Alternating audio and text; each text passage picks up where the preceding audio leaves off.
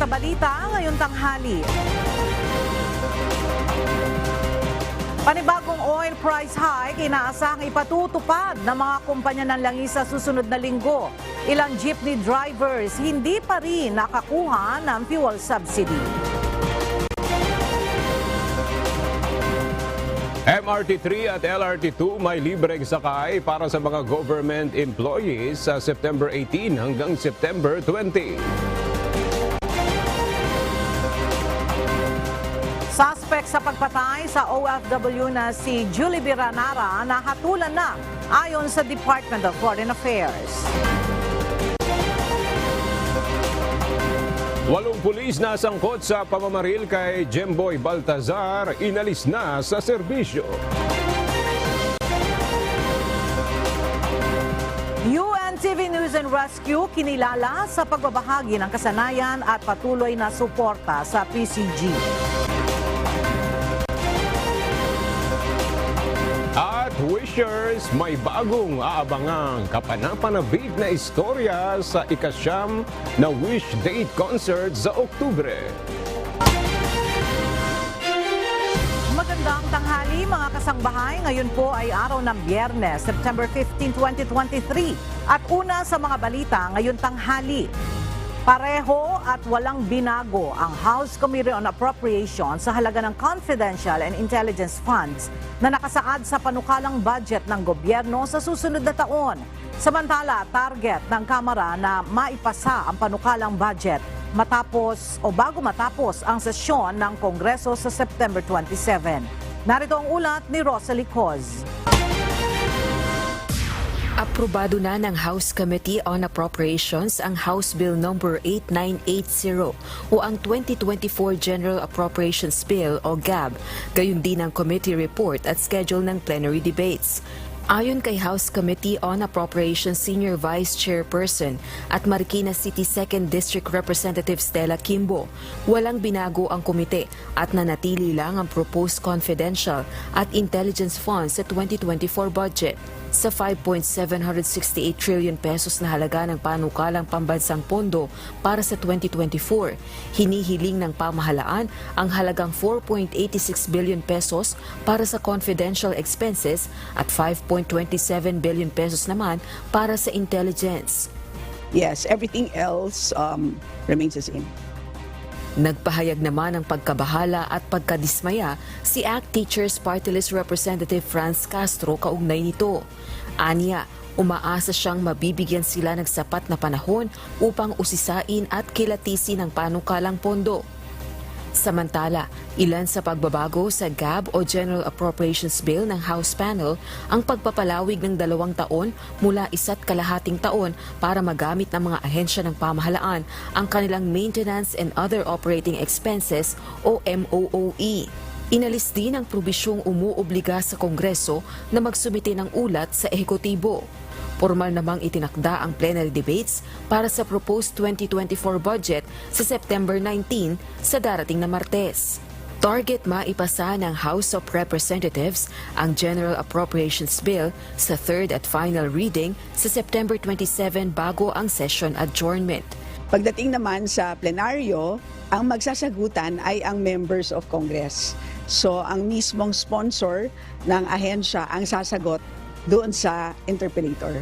So, ang Vice Chair ng Appropriations Committee ang siyang sponsor ng budget. Rosalie Coz, UNTV News and Rescue.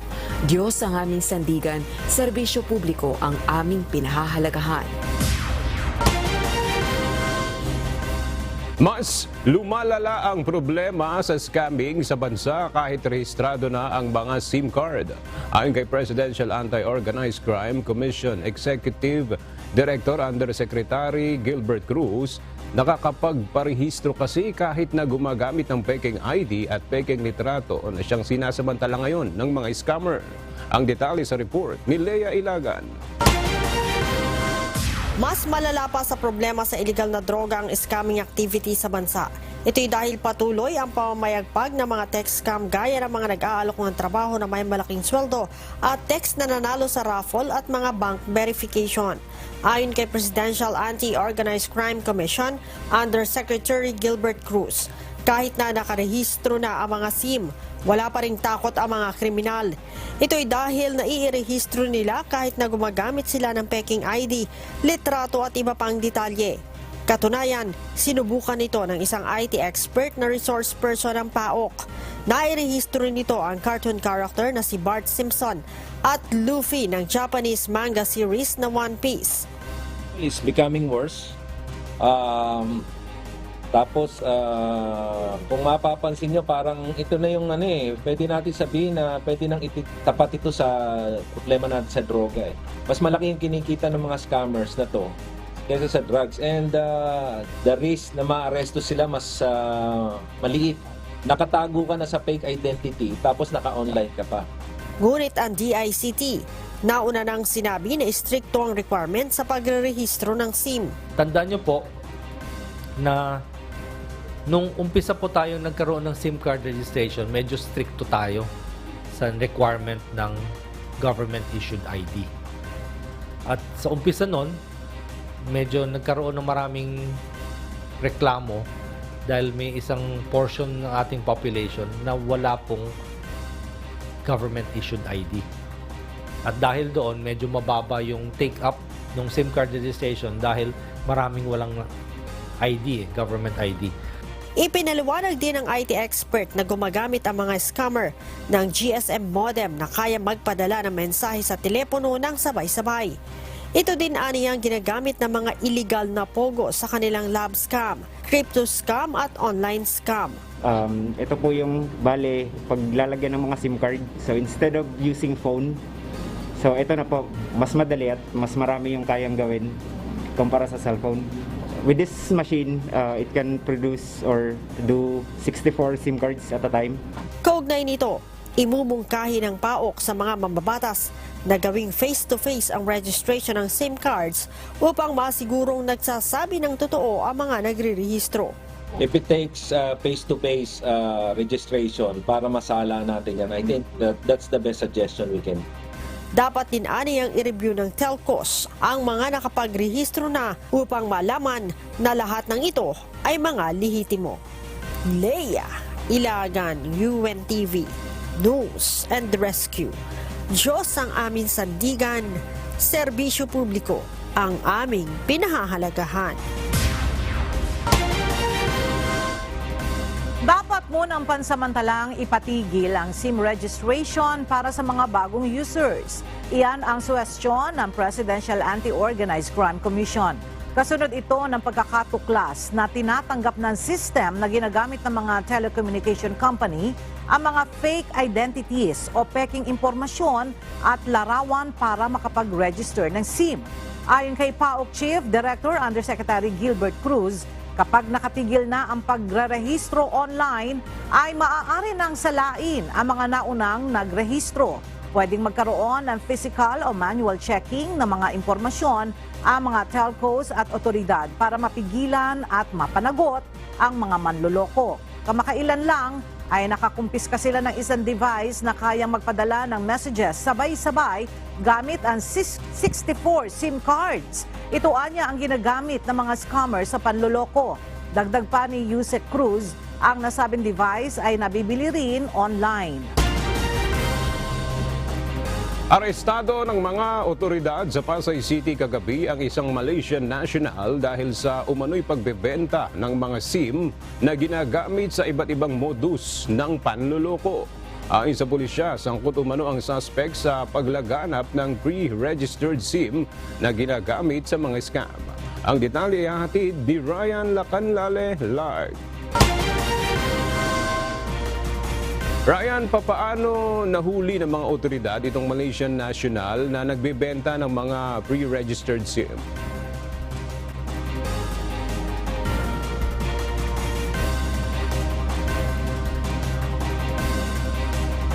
Ating pong babalikan ang ulat na yan ni Ryan Lacanlale. Sa ikalabing isang magkakasunod na linggo, muli na namang inaasahan tataas ang presyo ng langis sa Martes. Sa inisyal na pagtaya ng Department of Energy, maaaring tumaas ng halos 2 piso ang kada litro ng diesel at kerosene. habang mahigit piso kada litro ng dagdag naman ang inaasahan sa presyo ng gasolina. Nauna nang sinabi ng DOE na posibleng tumagal pa hanggang Disyembre ang oil price hike kung hindi pa rin mareresolba ng Organization of the Petroleum Exporting Countries o OPEC ang kakulangan sa supply ng langis sa world market.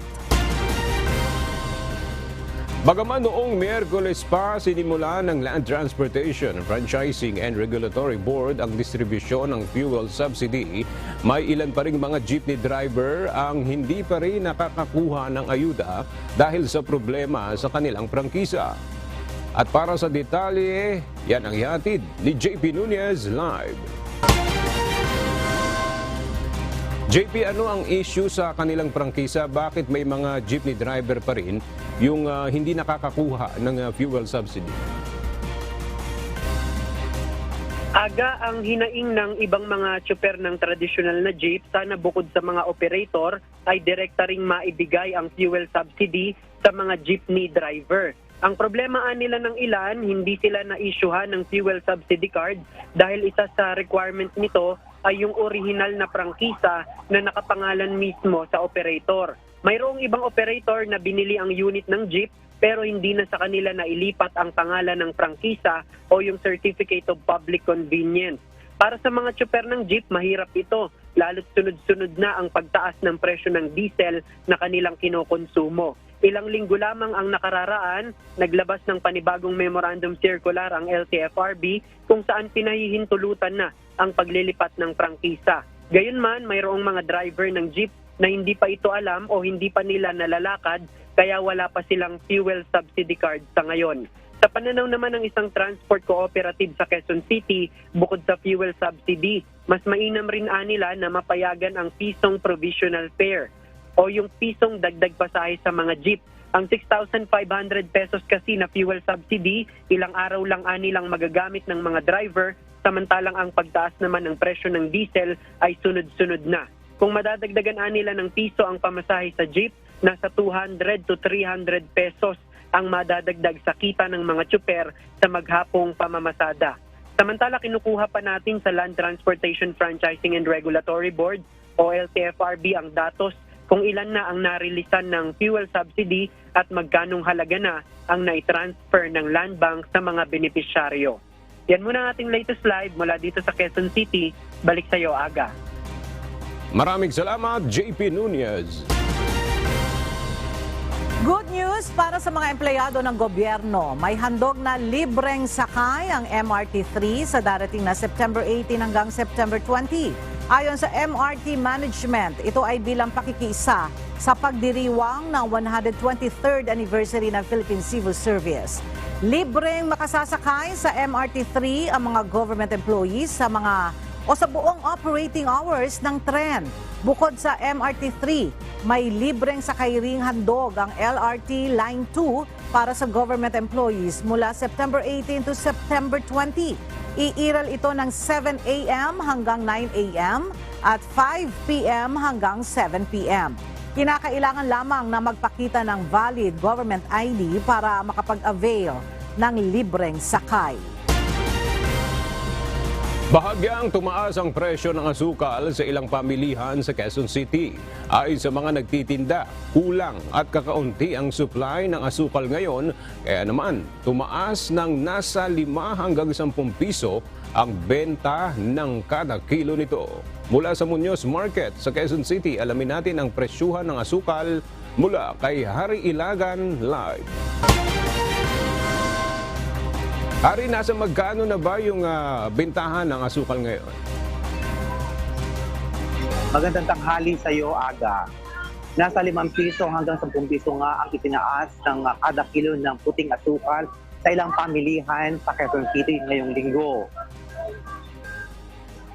Ayon sa mga nagtitinda, kakaunti pa ang delivery ng supply nito sa ngayon.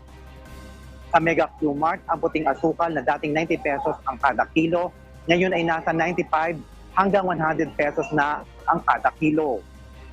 Tumaas din ang wash na asukal na dating 90 pesos per kilo, ngunit ngayon nasa 95 pesos na kada kilo. Hanggang 5 piso naman ang itinaas ng presyo ng golden brown na asukal na dating 90 pesos, ngayon ay 95 pesos na per kilo. Ang dark brown na asukal naman na dating 90 pesos per kilo, ngayon ay nasa 95 pesos kada kilo na. Ang panusya naman, nasa hanggang 10 piso naman ang itinaasak sa lukuyang presyo kada kilo. Dati itong 120 pesos per kilo, ngayon ay 130 pesos na per kilo. Ang muscovado na mabibili dati sa 110 pesos kada kilo, ngayon ay 120 pesos na per kilo. Sa Balintawak Market naman, nagmahal ang golden brown na asukal na dating 80 pesos per kilo, ngayon ay 85 pesos na kada kilo. Ang negro na asukal na dating 90 pesos per kilo, ngayon ay 95 pesos na. Bumaba naman ang presyo ng puting asukal sa Balintawak Market. Dati itong 90 pesos per kilo, ngayon ay 86 pesos na per kilo. Gayon din ang light sugar na dating 78 pesos, bumaba ito ng 2 piso, 76 pesos na per kilo ngayon. Samantala, tumaas naman ang presyo ng puting asukal dito sa Muñoz Market. Dati itong 90 pesos per kilo, ngayon ay 95 pesos per kilo na. Ayon sa mga nagtitinda dito, kakaunti pa din ang supply na ibinababa sa kanila sa ngayon. Yan muna ang update mula dito sa Muñoz Market. Balik sa iyo, Aga. Maraming salamat, Hari Ilagan. Arestado ng mga otoridad sa Pasay City kagabi ang isang Malaysian national dahil sa umano'y pagbebenta ng mga SIM na ginagamit sa iba't ibang modus na panloloko. Ayon sa pulisya, sangkot umano ang suspect sa paglaganap ng pre-registered SIM na ginagamit sa mga scam. Balikan natin ang report ni Ryan Lacanlale live. Ryan, papaano nahuli ng mga otoridad itong Malaysian national na nagbebenta ng mga pre-registered SIM? Ella, sa pamamagitan ng buy-bust operation, alas 11 pasado nga kagabi ay nahuli itong Malaysian national na ito sa Pasay City kung saan maraming mga SIM card ang nakulpiska sa kanya na ginagamit umano sa panloloko. Hinilala ang suspect na si Leong Zie Yuan alias Jeff, 23 taong gulang at kasalukuyang nakatira sa Bayfront West na Iya Garden Residence sa Parañaque City, Metro Manila. Na-recover sa suspect ang Google money at 150 pesos o 150 pieces na mga smart SIM card o subscriber's identity module. Ayon sa mga otoridad, ang suspect ay illegal na nag-registered o re-registered ng SIM card gamit ang iba't ibang identity. Pawang mga Chinese national na nakatira sa Pilipinas ang mga customer ng suspect na ginagamit naman sa casino online betting, online banking at iba pang illegal na transaksyon kung saan nakokompromiso daw ang tunay na identity ng taong nakarehistro sa SIM card. Nakaharap sa patong-patong na kaso ang suspect kabilang na ang paglabag sa RA 11934 o SIM Registration Act kaugnay ng RA 10175, ang Cyber Prevention Act, paglabag sa Data Privacy Act of 2012 at Access Device Regulation Act of 8498. Ayon sa mga otoridad, ang suspect ay sangkot sa paglaganap ng mga pre-registered SIM card na ginagamit sa pang-scam. Nauna nang sinabi kahapon ni Yusek Gilbert Cruz ng Executive Director ng Presidential Anti-Organized Crime Commission na sa laki ng kinikita ng mga scammer na ito ay pwede na itong itapat sa problema sa droga. Mahirap umano ang paghuli sa mga ito dahil nakatago sila sa fake identity at online pa ang kanilang transaksyon. At patuloy daw ang isasagawa ng PAOK sa paglansag sa laban sa pagpapalaganap ng mga pre-registered SIM card na ito. Ella? Alright, maraming salamat Ryan Lacanlale. Nanindigan si Commission on Elections o COMELEC Chairman George Erwin Garcia na dapat isailalim sa COMELEC control ang bayan ng Malabang sa Lanao del Sur kaugnay ng nalalapit na barangay at SK elections. Sa kabila ito ng tila pag-aalinlangan ng pambansang pulisya dahil batay sa kanilang assessment ay hindi naman malala ang sitwasyon sa lugar. Narito ang report ni Dante Amento. Inihayag ng Philippine National Police o PNP na pinag-aaralan pa nila kung isasama sa areas of concern ang bayan ng Malabang sa probinsya ng Lanao del Sur kaugnay ng paparating na barangay at sangguniang kabataan elections o BSKE sa susunod na buwan. Batay umano sa kanilang initial assessment ay payapa naman sa lugar. Until at present, we have no final recommendation yet because we have to wait for the findings coming from PCG and the AFP. But the incident there, kinukonsider niyo bang election-related violence, yung indiscriminate firing of two men? Yes, because it was done during the filing of the certificate of candidacy and appropriate charges had been filed with the two suspects who surrendered during that incident in Malabang. Pero si Commission on Elections o COMELEC Chairman George Erwin Garcia ay binigyang diin na hindi na magbabago ang kanyang desisyon na isailalim sa COMELEC control ang bayan ng Malabang. Noong August 31, 2023 ay isang indiscriminate firing o election-related incident ang nangyari sa lugar sa kasagsagan ng paghahain ng Certificate of Candidacy o COC. Dalawang armadong lalaki ang nagpaputok ng matataas na kalibre ng baril na nagdulot ng takot sa mga maghahain sana ng COC. Hindi nagbabago yung aking paninindigan doon. Kaya lang, siyempre magkaiba kasi yung nature ng pinanggagalingan ng aming assessment.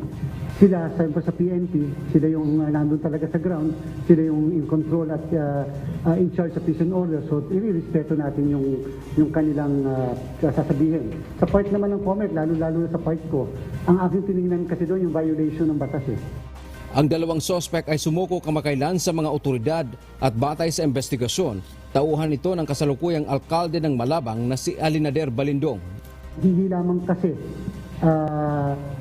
kasi yung dalawang sumuko ang involved doon eh.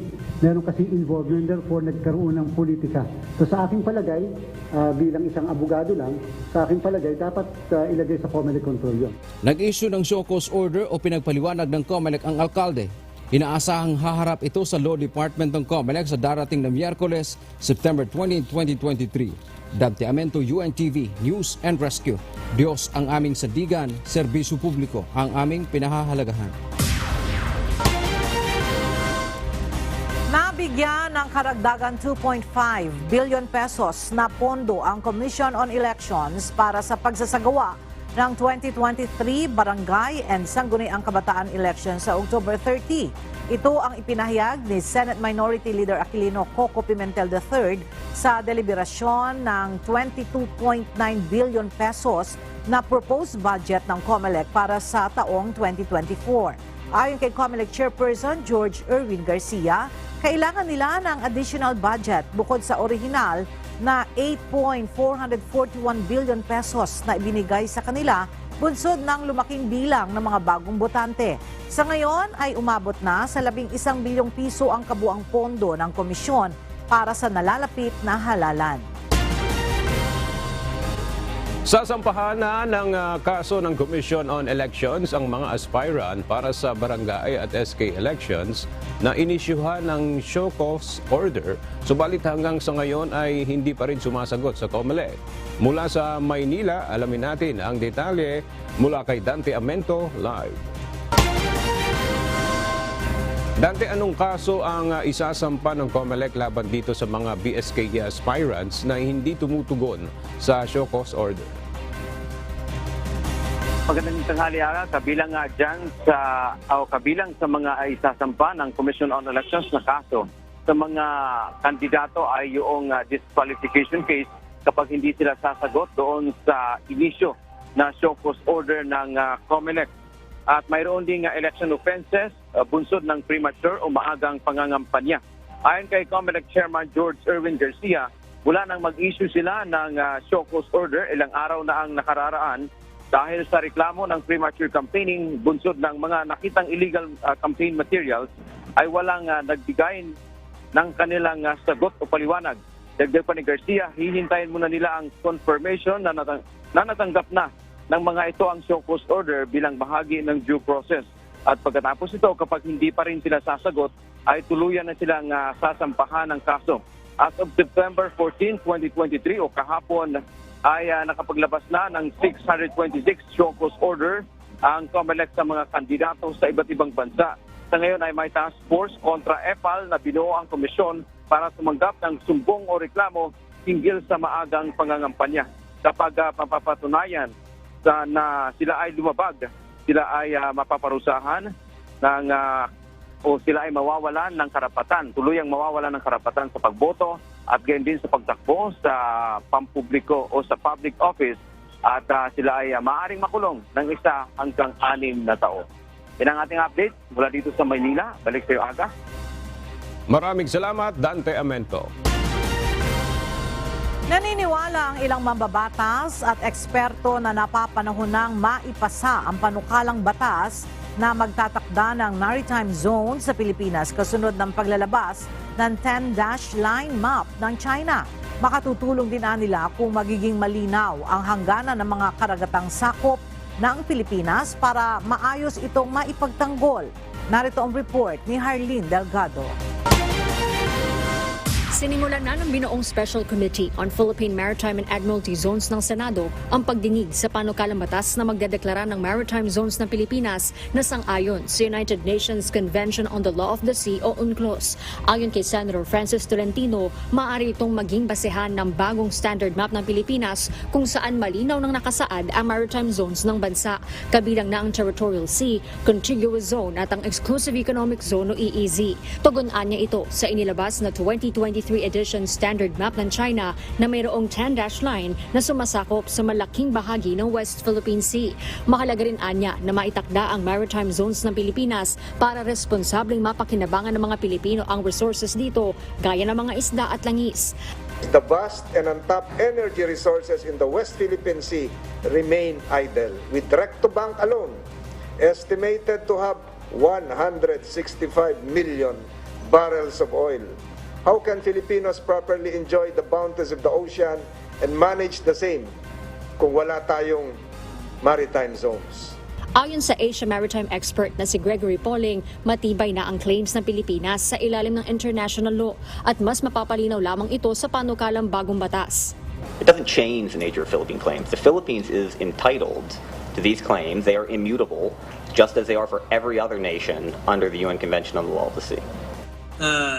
Legislation clarifying the Philippines' law of the sea practice would be helpful in the present circumstance, but I think it would be a good thing. Ayon naman kay Attorney Neil Silva ng University of the Philippines Institute for Maritime Affairs and Law of the Sea, napapanahon na ang Maritime Zones Law para mabigyang linaw ang boundaries ng Pilipinas at mapaigting ang paninindigan sa karapatan ng bansa. Kailangan natin ayusin ang ating boundary para alam natin kung ano ang kailangan nating ipagtanggol. Kasi kung hindi natin alam ang boundary at hindi natin alam ang batas within that boundary, ano ang ipagtatanggol natin? Magkakaroon pa ng susunod na pagdinig ang Senado kaugnay ng issue. Harleen Delgado, UNTV News and Rescue. Diyos ang aming sandigan, serbisyo publiko ang aming pinahahalagahan. Maraming bansa bukod sa Estados Unidos ang nagpahayag ng intensyong magkaroon ng joint patrol sa West Philippine Sea. Ayon kay Armed Forces of the Philippines Chief of Staff General Romeo Browner, ito ay magandang indikasyon na may mga bansa ring nagnanais na itaguyod ang kapayapaan at seguridad sa Indo-Pacific region. Una nang nagsagawa ng joint patrol mission ang Estados Unidos at Pilipinas noong September 4. Noong Miyerkules, binigyang diin ni Secretary of Defense Gilbert Teodoro ang kahalagahan ng pakikipag-alyansa sa mga bansang may parehong pananaw sa gitna ng tumataas na tensyon sa West Philippine Sea. Inirekomenda ng Armed Forces of the Philippines at United States Indo-Pacific Command ang pagkakaroon ng karagdagang Enhanced Defense Cooperation Agreement o EDCA sa bansa. Layo nito na lalo pang mapalakas ang ugnayan ng Philippine at U.S. Armed Forces. Narito ang report ni Alan Manansala. Isinusulong ngayon ng Armed Forces of the Philippines at ng U.S. Indo-Pacific Command ang pagkakaroon pa ng karagdagang Enhanced Defense Cooperation Agreement o EDCA sites sa bansa. sa pagharap sa mga mamamayag ni Admiral John Aquilino, Commander ng US Indo-Pacific Command, sinabi nito na nasa rekomendasyon na nila ni AFP Chief of Staff General Romeo Browner Jr. sa kanilang higher officials ang paglalagay ng karagdagang EDCA sites bukod pa sa siyam na naunang naitayo at itinatayo sa bansa.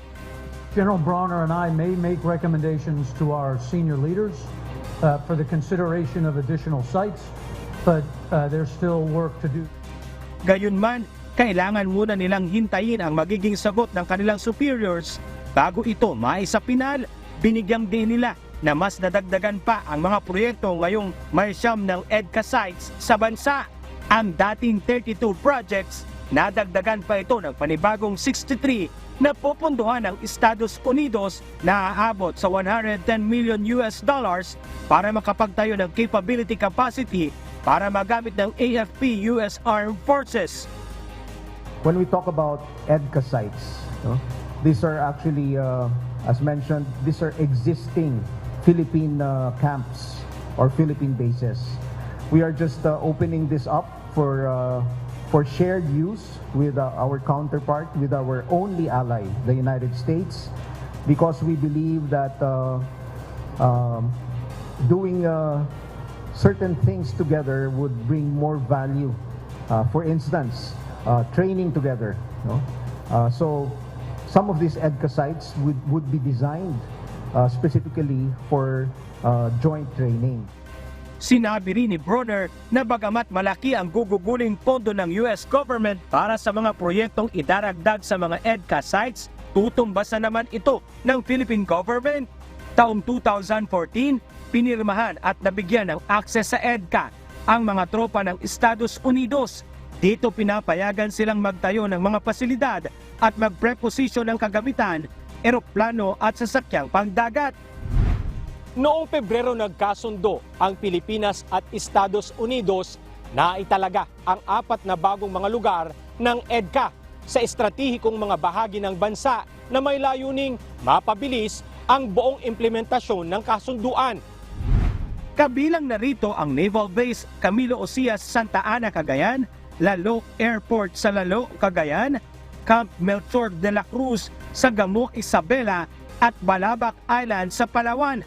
Bago ito, may 5 umiiral ng mga lugar ng EDCA, ang Antonio Bautista Air Base sa Palawan, Basa Air Base sa Pampanga, Port Magsaysay sa Nueva Ecija, Mactan Benito Ebuen Air Base sa Cebu at Lumbia Air Base sa Cagayan de Oro. Alan Manansala, UNTV News and Rescue. Diyos ang aming sandigan, serbisyo publiko ang aming pinahahalagahan. Nasintensyahan ng 15 taong pagkakakulong ang suspect sa pagpatay sa overseas Filipino worker na si Julie B. Ranara. Ang sa embahada ng bansa sa Kuwait, bukod sa 15 taong pagkakakulong dahil sa murder, nasintensyahan din ito ng 1 taong pagkaabilanggo dahil sa pagmamaneho ng walang lisensya. At dahil minor de edad ang suspect na si Turki Ayed Al-Azmi, mas mababa ang ibinigay na hatol ng husgado. Mayroon din itong 30 araw para iapila ang judgment sa Court of First Instance ng Kuwait. Ayon sa Department of Foreign Affairs o DFA, na ipagbigay alam na sa pamilya ng OFW ang hatol at ipinagpasalamat ang tulong na ipinagkaloob sa kanila ng pamahalaan. Si Ranara ay natagpuang patay sa disyerto ng Kuwait noong January 21. Pirmado na ni National Capital Region Police Office Director Police Brigadier General Jose Melencio Nartates Jr. ang rekomendasyon ng Internal Affairs Service na dismissal from the service laban sa 8 pulis na sangkot sa pamamaril sa teenager na si Jemboy Baltazar sa Navotas. Ayon kay NCRPO spokesperson Police Lieutenant Colonel Eunice Salas, malinaw na lumabag sa batas ang mga pulis sa ginawang pamamaril sa walang kalaban-laban na biktima dahil sa mistaken identity. Mula sa Camp Crame, may report si Lea Ilagan live. Lea, effective ba kaagad ang dismissal sa serbisyo nitong 8 pulis na sangkot sa pamamaril kay Jemboy Baltazar? Magandang tanghali sa iyo, Ella. Effective ito, no? Pero mayroon pa naman pagkakataon itong mga pulis na ito na umapila o magsumite ng kanilang motion for reconsideration sa National Police Commission. Ito'y matapos ngang katigan nitong si NCRPO Director, Police Brigadier General Jose Melencio Nartates Jr. ang rekomendasyon ng Internal Affairs Service na alisin na sa serbisyo ang 8 pulisa na votas sa sangkot sa pagpatay sa binatilyong si Jemboy Baltasar noong August 2. Ayon kay NCRPO spokesperson Police Lieutenant Colonel Eunice Salas, pirmado na ni Nartates ang dismissal order noon pang September 13. Nabatid na ang 8 ay guilty sa kasong administratibo na isinampalaban laban sa mga ito. Matibay kasi ang mga ebidensya na nagpapatunay na sangkot nga ang mga ito sa pamamaril kay Jemboy. Guilty sa kasong grave irregularity in the performance of duty at conduct and becoming of a police officer. Itong sina Police Executive Master Sergeant Roberto Balais Jr., Police Staff Sergeant Antonio Bugayong Jr., Police Staff Sergeant Jerry Maliban, Police Staff Sergeant Nico Pines Esquilon, Police Corporal Edmar Jake Blanco at Patrolman Benedict Mangada. Habang guilty din Ella sa kaso namang grave neglect of duty ang 2 team leader na nakilalang sina Police Captain Mark Joseph Carpio, Police Captain Luisito de la Cruz. Matatandaan nga Ella na inirekomenda ng IAS ang dismissal from the service sa 8 pulis sa NCRPO noon pang September 6. Balik sa iyo, Ella. Maraming salamat, Leia Ilagan.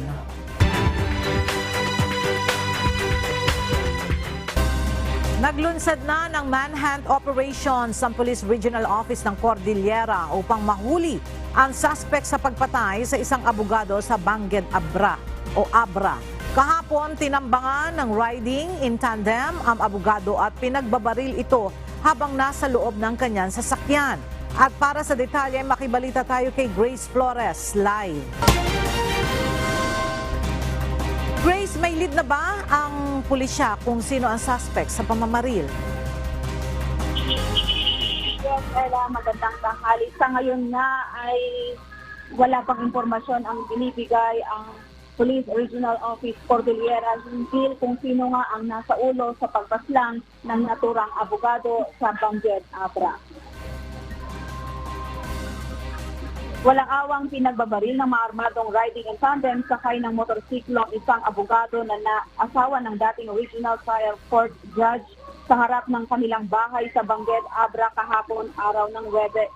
Ang abogadong si Maria Sanieta Liliwa Gonzalez Alzate ay nasa loob ng kanyang puting Mitsubishi Mirage o Mirage G4 Sedan AVA 6533 habang nakaparada sa harap ng kanilang gate sa Santiago Street, Zone 3, Bangued na huminto ang mga salarin malapit sa kanyang sasakyan at pinagbabaril siya sa hindi bababa sa 8 beses.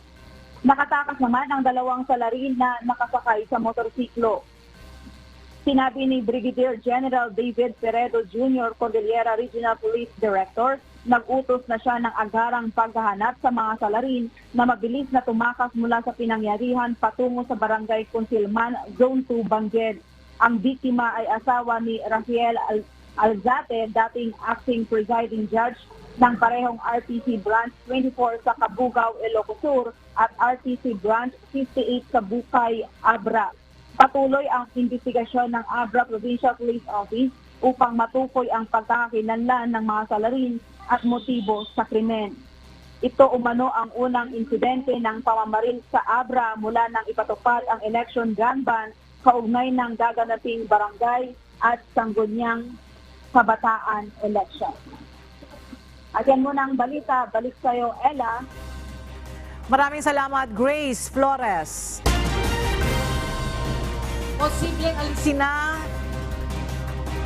Posibleng alisin na ngayong araw ang barkong LCT Lady Alina na sumadsad kahapon sa may Coron, Palawan matapos itong mapunta sa mababaw na bahagi ng isla. Tiniyak naman ng PCG na walang nangyaring oil spill dahil sa pagsadsad ng barko. Mula sa Puerto Princesa City, Palawan, humingi tayo ng update kay Andy Pagayona live.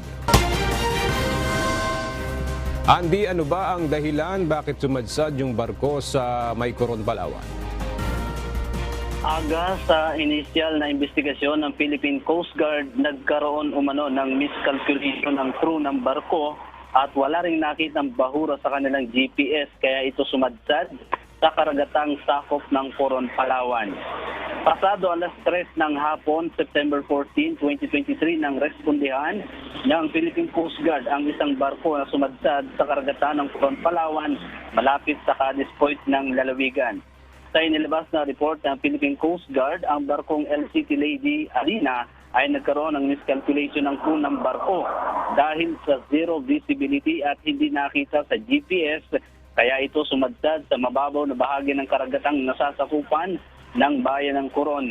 Agad namang nagsagawa ng assessment ang Coast Guard Station ng Coron kasama ang Marine Environmental Protection Unit sa posibleng oil spill, subalit negatibo ito. Samantala, ang 17 sakay ng barko ay maayos naman ang kalagayan at nananatili ang mga ito na nasa loob ng barko. Sa pinakahuling update aga na inilabas ng Philippine Coast Guard, kaninang alas 8 ng umaga ay naialis na ang barko doon sa mababaw na bahagi ng lugar, dyan nga sa may Coron. Pero hanggang ngayon ay nananatili na ito doon sa lugar, pero nandun na sa may malalim na parte. At ang ating Philippine Coast Guard ay patuloy na minomonitor yung lugar kung meron na mga bahura. Yan muna ang latest live mula dito sa Palawan. Balik sa iyo, Aga. Maraming salamat, Andy Pagayona. Bilang pakikiisa sa National Peace Consciousness Month, ngayong buwan ng Setyembre, nagsagawa ng 2-day kapistahan Peace Fair sa probinsya ng Albay na inumpisahan kahapon, September 14. Kasabay ng nasaabing programa, iba't ibang serbisyo publiko hatid para sa mga kababayan nating Bicolano. Para sa detalye, makibalita tayo kay Brian Baldarahel live. Brian, para saan ba yung kapistahan Peace Fair?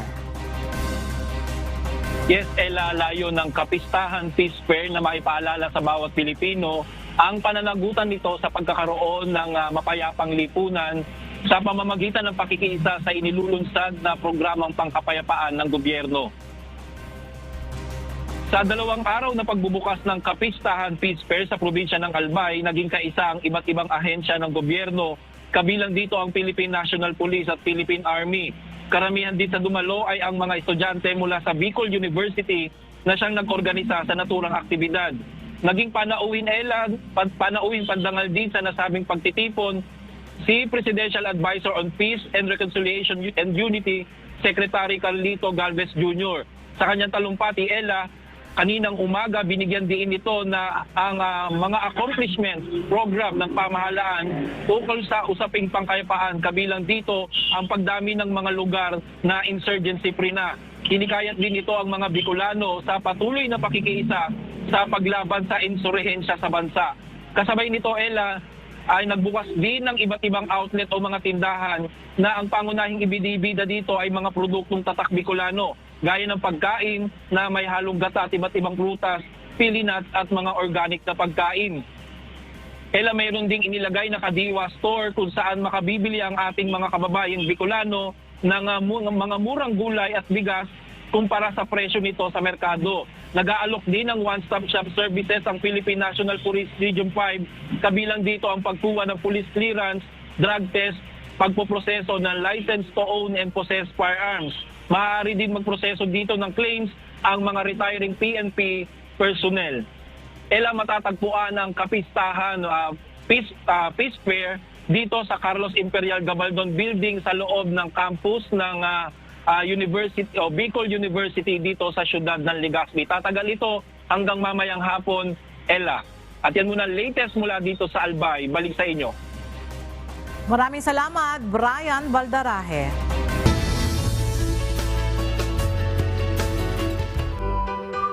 Kinilala ng Philippine Coast Guard, Maritime Security Law Enforcement Command o PCG MARSLEC ang patuloy na suportang ibinibigay ng UNTV News and Rescue sa pagtupad ng kanilang mandato. Isa na rito ang pagbabahagi ng kasanayan sa pagsagip ng buhay sa ilang mga tauhan ng PCG sa pamamagitan ng Basic First Aid and Basic Life Support Trainings. Narito ang report ni Joshua Antonio.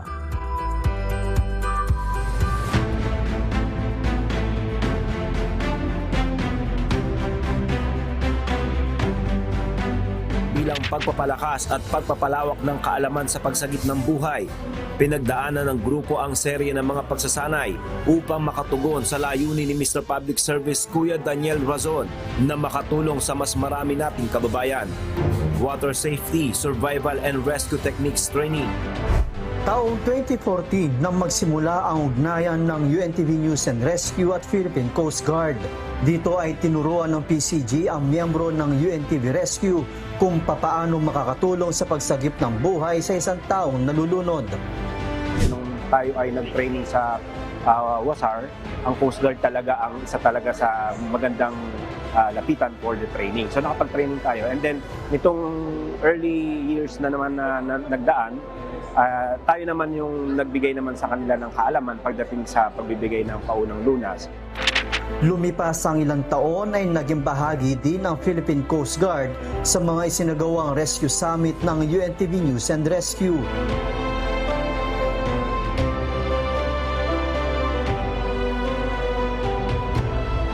Katulad lang din nung kanina, nung procedure, then iikot mo lang dito.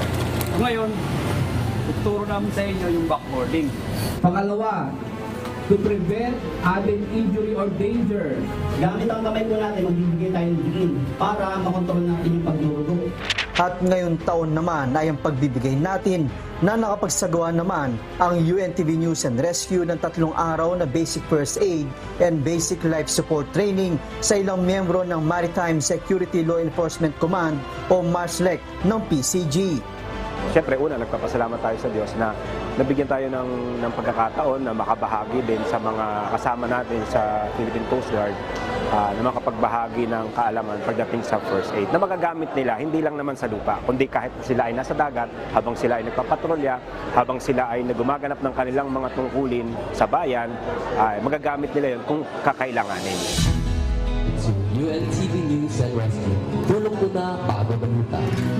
At sa 9th founding anniversary ng Philippine Coast Guard Maritime Security Law Enforcement Command, kabilang sa kinilala ang UNTV News and Rescue dahil sa mga naiambag nito sa pagtupad sa kanilang mandato. Pagpapalakas sa seguridad ng karagatan ng isa sa hamon dito sa ating bansa. Kaya nagpapasalamat ang Philippine Coast Guard sa mga pribadong sektor na patuloy na sumusuporta sa layuning mapahusay pa ang hubong pandagat dito sa Pilipinas. Very important kasi we cannot do it alone as law enforcement. As law enforcers, we cannot do it alone. Kailangan namin yung cooperation din at of course yung support ng ating bawat communities and stakeholders for us to be able to achieve more. Nagsaserve yun as malaking motivation din na magpatuloy tayo. Siyempre, gaya din yung sinasabi ni Kuya Daniel, may award o wala, magpapatuloy tayo. Pero malaking bagay din yung nakikita natin na na-appreciate ng mga nabibigyan natin ng mga skills and knowledge, nababahagi na natin ng kaalaman pagdating sa first aid, na na-appreciate nila sa pamamagitan ng pagbibigay ng ganitong certificate of appreciation. Dagdag motivasyon din talaga sa atin. Ang himpilan ng UNTV ay bukas sa lahat ng organisasyon sa layuning mga pagbigay ng serbisyo, kagaya na lamang ang advokasiyang sinimulan ni Kuya Daniel Razon na walang hinihintay na kapalit, ang tulong muna bago balita. Joshua Antonio, UNTV News and Rescue. Diyos ang aming sandigan, serbisyo publiko ang aming pinahahalagahan.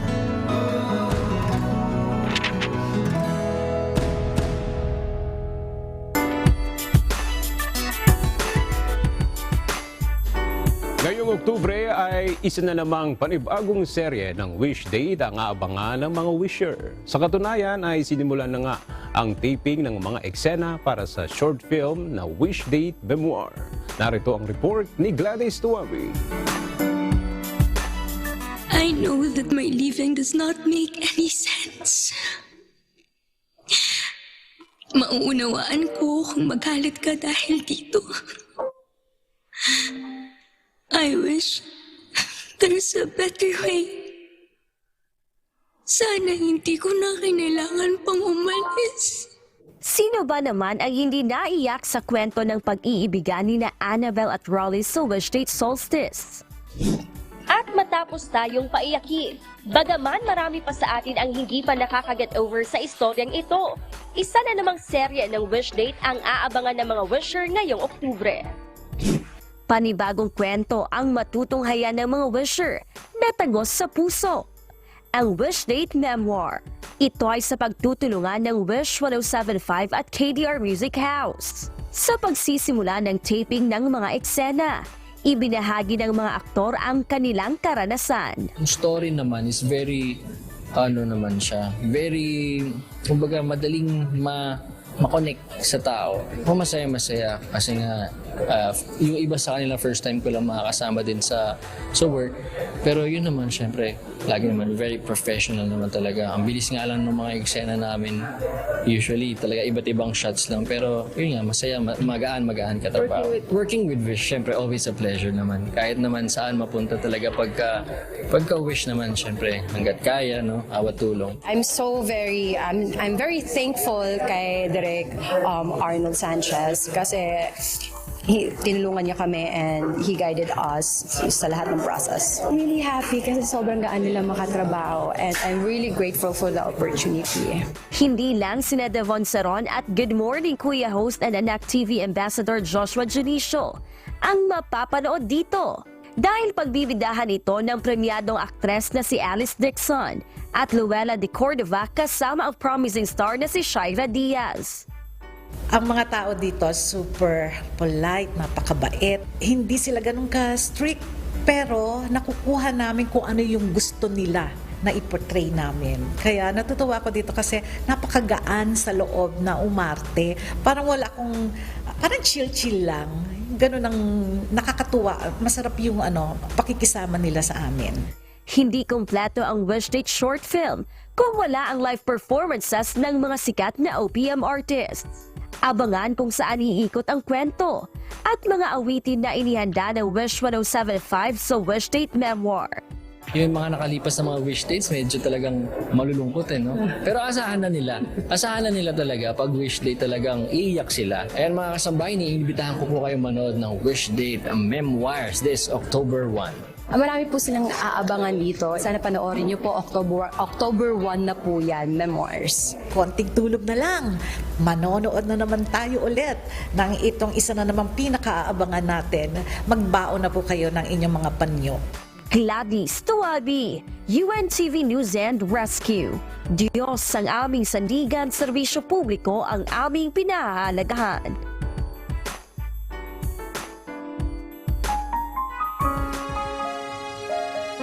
At sa ating pong iiwang mga salita ng Diyos na ating sandigan mula sa Aklat ng Galacia, Kapitulo 6, versikulo 9 na nagsasabi, "At huwag tayong mga pagod sa paggawa ng mabuti, sapagkat sa kapanahunan ay magsisipag-ani tayo kung hindi tayo manganghihimagod."